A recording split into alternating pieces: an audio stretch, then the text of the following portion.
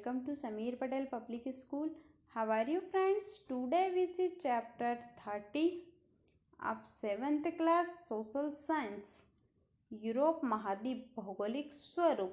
Europe महाद्वीप भौगोलिक स्वरूप. Watch the video from start to end. If you like the video, then please like and share. आइए अब हम चैप्टर 30 यूरोप महाद्वीप भौगोलिक स्वरूप का सॉल्यूशन कर लेते हैं. ठीक है, क्वेश्चन नंबर फर्स्ट देखेंगे.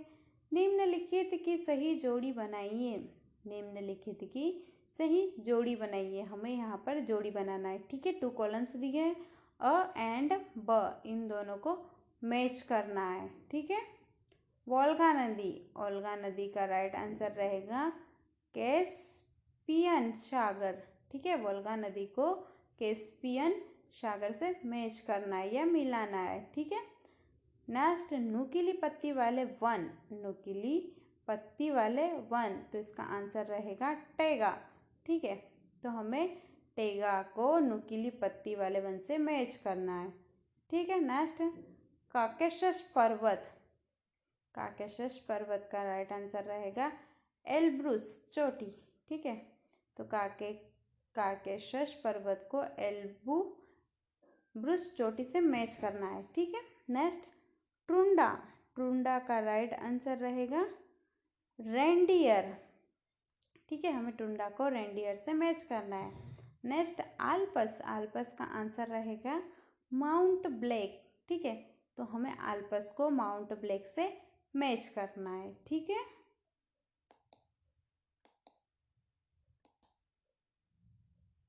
नेक्स्ट क्वेश्चन देखेंगे, लघु उत्तरी प्रश्न. ठीक है, अब हम लघु उत्तरी प्रश्न देखेंगे. प्रश्न नंबर फर्स्ट, यूरोप महाद्वीप का अंशांशीय विस्तार लिखिए. यूरोप महाद्वीप का अंशांशीय विस्तार लिखिए.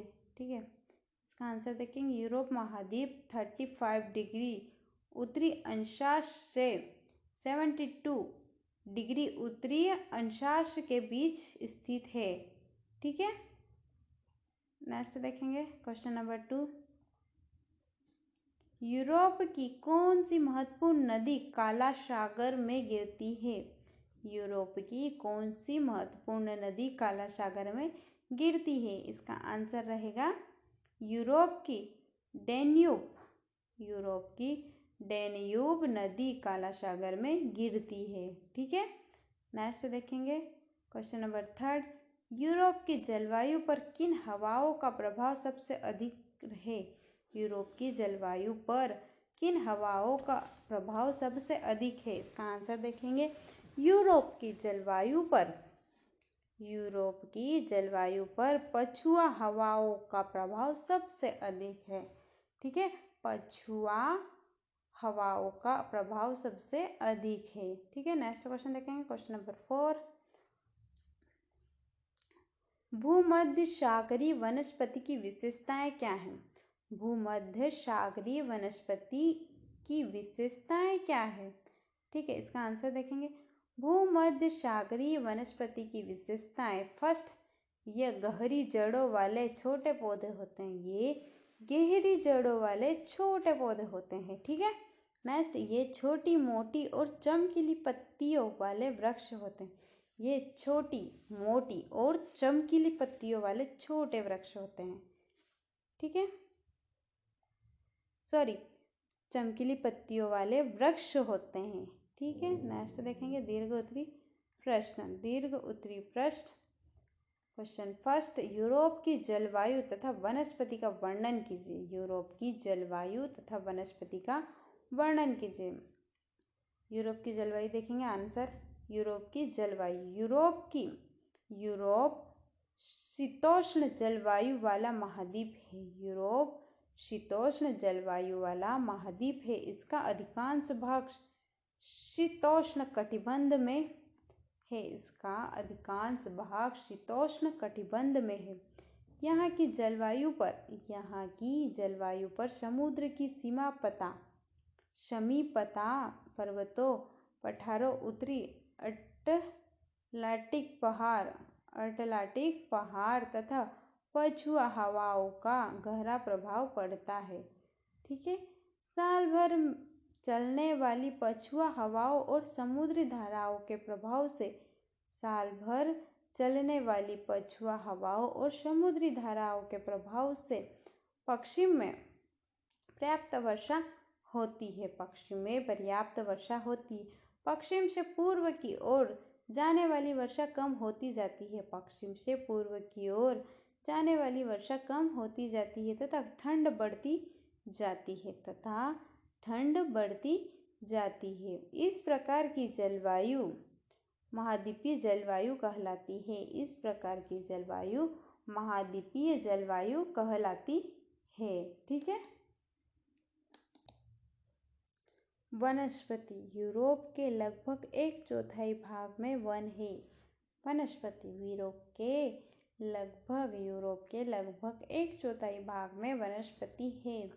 फर्स्ट, टुंड्रा के वन महाद्वीप के सबसे उत्तरी भाग में नॉर्वे देश के उत्तर में टुंड्रा प्रदेश है। नॉर्वे देश के उत्तर प्रदेश में टुंड्रा प्रदेश है। यहाँ साल भर बर्फ जमे रहने के कारण वनों का अभाव है। यहाँ साल भर बर्फ जमे रहने के कारण वनों का अभाव है।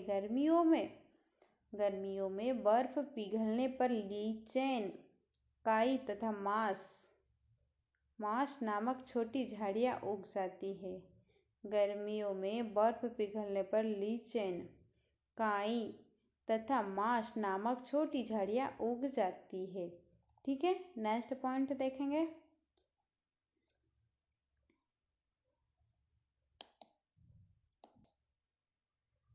नेक्स्ट, टेंगा के वन टुंड्रा के दक्षिण में कोणधारी पेड़ों के वन पाए जाते हैं, जिन्हें टेंगा कहते हैं। यहाँ के पेड़ों की आकृति कोण के समान तथा पत्तियां नुकीली होती है। यहाँ के पेड़ों की आकृति कोण के समान तथा पत्तियां नुकीली होती है। मुख्य वृक्ष फर, पाइन, स्यूज, लार्च आदि है। ठीक है, नेक्स्ट पॉइंट देखेंगे। मिश्रित वन यूरोप के मध्यवर्ती व पश्चिमी भाग में कोणधारी व चौड़ी पत्ती वाले मिश्रित वृक्ष है। यहाँ वन टेगा वनों के दक्षिण में पाए जाते हैं। जिसमें ओक, एस, पॉपुलर आदि वृक्ष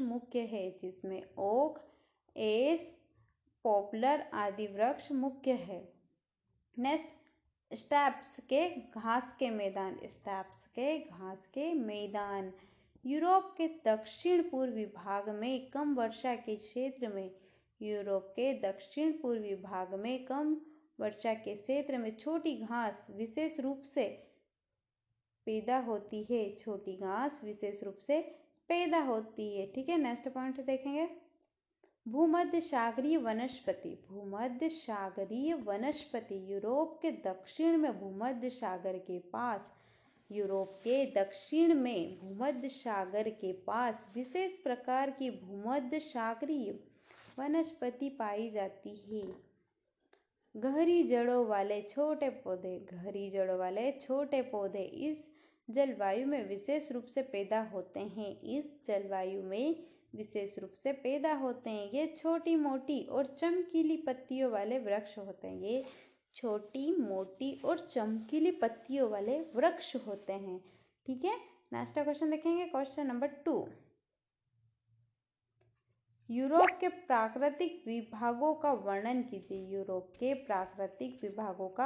कीजिए। ठीक है, यूरोप को 4 भागों में बांटा जा सकता है। फर्स्ट, उत्तरी पश्चिमी उच्च भूमि महाद्वीप के उत्तरी पश्चिमी भाग में पर्वत और पठार है। इनका विस्तार नॉर्वे तथा स्वीडन देशों में अधिक है। अतः इन्हें नॉर्वे और स्वीडन के पर्वत और पठार भी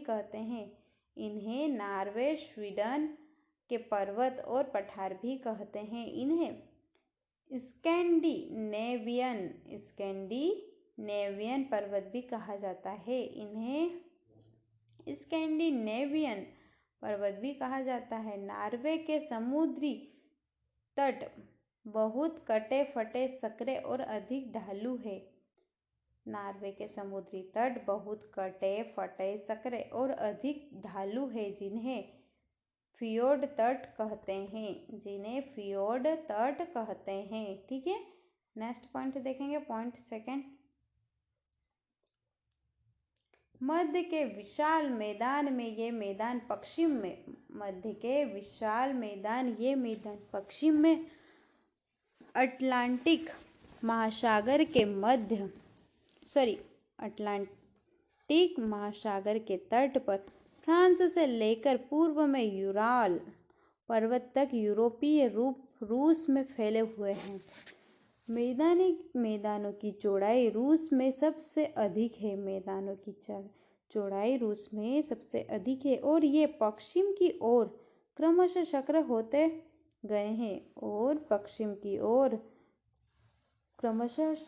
होते गए हैं। उत्तर में श्वेत सागर से लेकर दक्षिणी पर्वतमाला तक इन मैदानों का विस्तार सामान्यतः है। नदियों के कछार बनने के कारण यहाँ की मिट्टी उपजाऊ है। मैदान के पूर्वी भाग में वोल्गा नदी तथा पश्चिम डेन्यूब नदी है, जो क्रमशः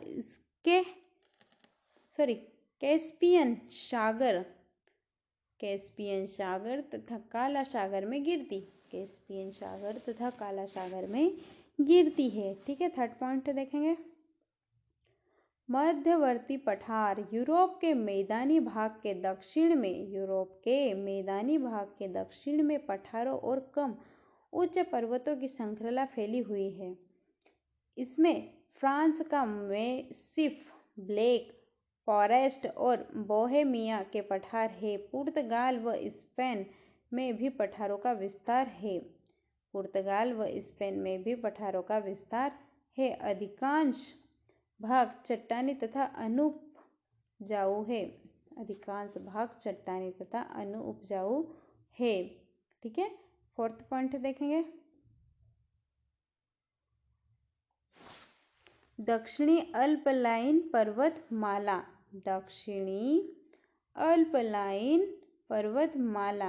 दक्षिण में ऊंचे नवीन पर्वतों की श्रृंखला है। यह श्रृंखला पश्चिम में अटलांटिक महासागर से पूर्व में कैस्पियन सागर तक फैली है। इसमें सबसे महत्वपूर्ण आल्प्स पर्वत की श्रृंखला है, जिसकी सबसे ऊंची चोटी माउंट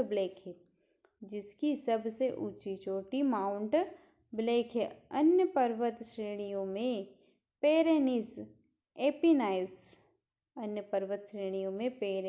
एपिनाइज, डिनारिक, कार्पेशियन और कॉकेशस है। कॉकेशस की सबसे ऊंची चोटी एल्ब्रूस